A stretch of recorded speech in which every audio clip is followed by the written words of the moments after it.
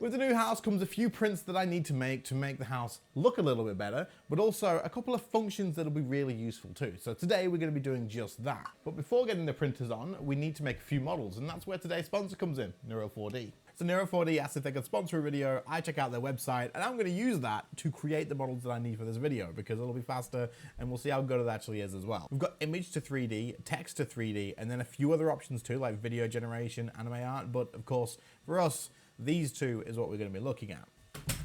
Now the first thing I need is a plant pot for these. My wife bought a couple of these plants for around the house to add a bit of greenery. And unfortunately, they come with these just plain black boring pots. So I'm gonna get it to make some plant pots. We'll print them out and then we'll pop this inside of that, fill it with pebbles. It'll look good. Now, because I don't know exactly what style I want, I'll just do a text prompt for this one and see what it spits out. We've got a modern large floor sat plant pot, empty with nothing inside. The outer side has a texture that looks like it was carved out of stone. The base is quite thick to allow it to sit sturdy on the ground once a plant is actually added. So it is a empty plant pot. And then you've also got the option of texture, PBR, and the mesh quality as well. So extra high is going to be important to make sure that it actually prints well, I would assume. And the faces count is insane. I'm just going to put this as low as possible, but even then, that's 500,000 faces. I would use less if I could, but this is fine. But I'll generate 3 of these and we'll pick from them. So a couple of minutes later, we have 5 different options because I ran it again with one with 3 options and one with 2, and we ended up with varying results. We got this one here, which I'm not a fan of. I don't like the cracks too much, but I guess you could probably just write that out. And then the next one is, again, it looks a little bit down here, and then it starts getting good. This one I actually do like quite a bit, but there's a few bits in the details that I'm not a massive fan of. But I've got 2 that I'm very happy with. This one's gonna look absolutely great. I think in like a black carbon fiber would look really good. And then we also have the final one, this one here. This to me, printed in like a brown, will look really nice because it'll be like a clay pot almost, and it'll fit the living room really well. So I'm gonna download these 2, pop them onto print, click download, and then we can do an untextured STL. And in the slicer, it comes in really small. So we're gonna scale that up pretty much as big as the H2C will allow. And that'll probably do, right? This is gonna be a long print and a lot of brown PLA, but it'll look really good. So let's get it printed off and see how it turns out. But for a 2-minute wait time, having 5 different options, that's pretty impressive.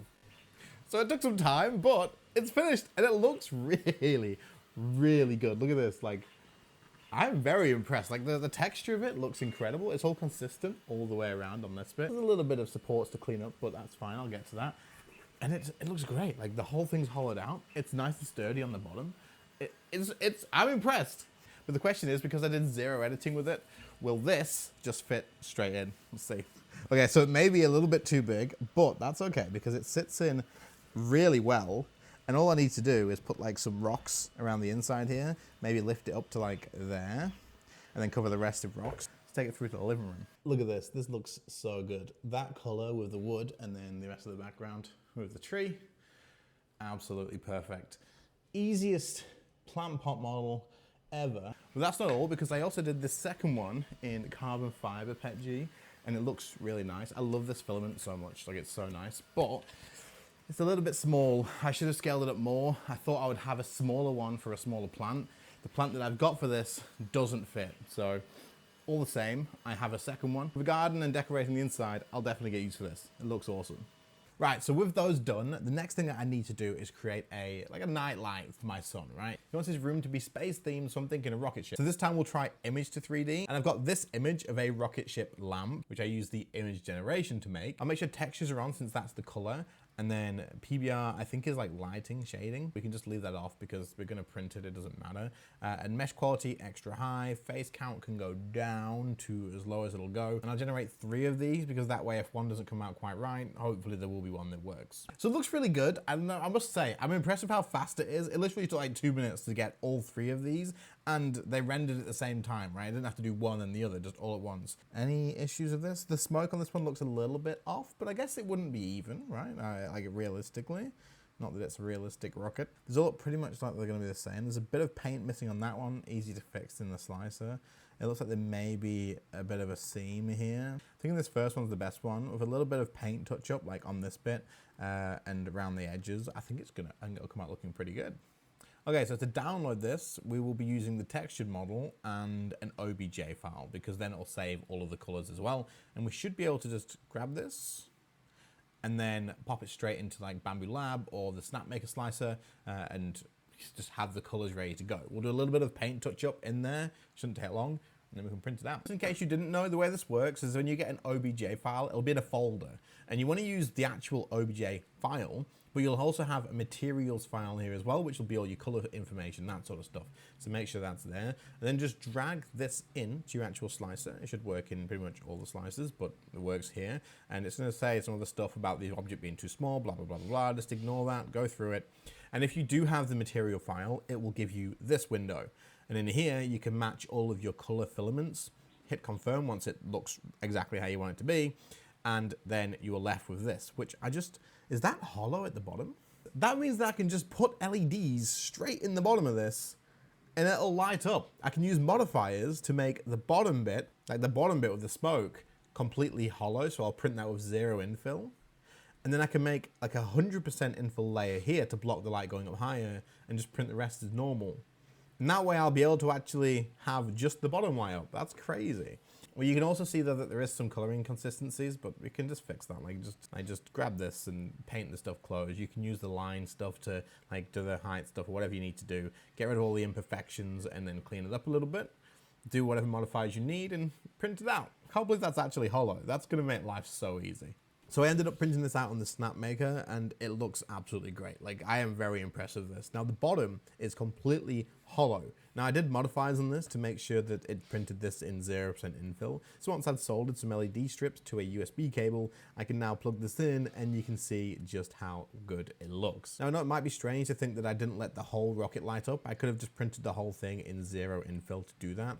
However, I wanted just the bottom to light up because this is meant to be like a night light for my son. I don't want it too bright. It's just supposed to be a nice background light, but something that also adds to his room. But to be honest, I'm very happy with it. Had I bought this online and it came in the post like this, I'd be pretty impressed.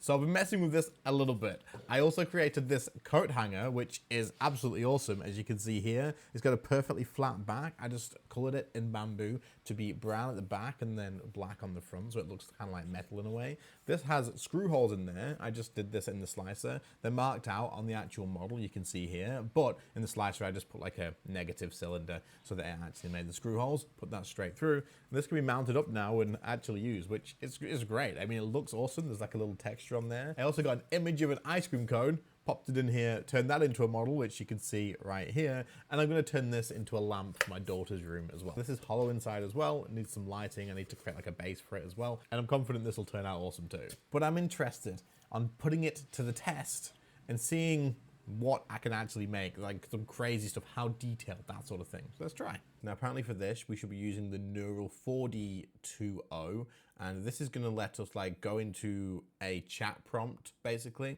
And what it allows us to do is type in and then make changes to things so that we can make fixes. For example, I'll start off by saying a high detail dragon sat in a pile of gold. You can see all of his scales and he looks like he's protecting it. And then it'll process this through, and then I can give it more information to make changes. And now we've got our image on the right here, which looks good. There's a few things that definitely don't look 100% right, like these coins down here are kind of just cups, I suppose. But then again, I said gold, I didn't say gold coins, right? The dragon itself looks great. Like I love that there's random pieces of gold in his scales and stuff too.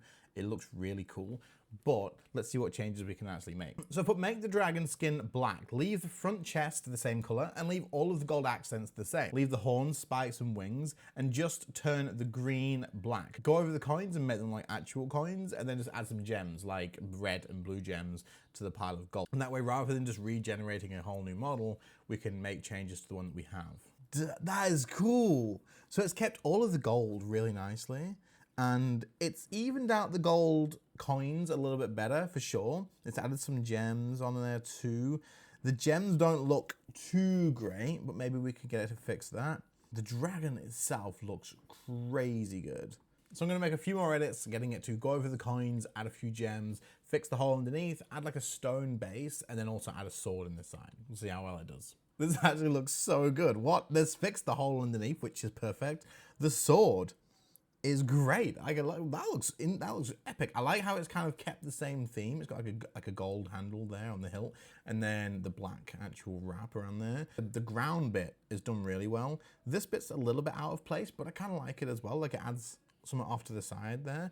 But the base makes this something that you could actually 3D print and then put on a shelf, and it adds a nice base to it. You may need to fix this bottom bit here. Maybe you could write that out. But that looks so good. The gold coins still look a little bit iffy. I suppose you could remove the gems and say like, okay, get rid of the gems, just add the gold, and then that would look okay. But the dragon itself, mixed with the actual stone and the shield, considering what, I've done like 2 edits to the base thing, and it's fixed the things that I've asked for, you could go through this for a little while and refine this down and make it look really good. Because normally you generate a model, it's got some problems, you need to make another one. But here, you can then tell it to fix those issues that you've got with it, and it does it for you in a pretty good way. So overall, my thoughts on this is a really good tool. It's not gonna completely replace 3D modeling, of course, but it does save a lot of time, and you'll only have to do a few little fixes to make something good. So if you are interested in checking the platform out, there'll be a link in the description, and see what you can make.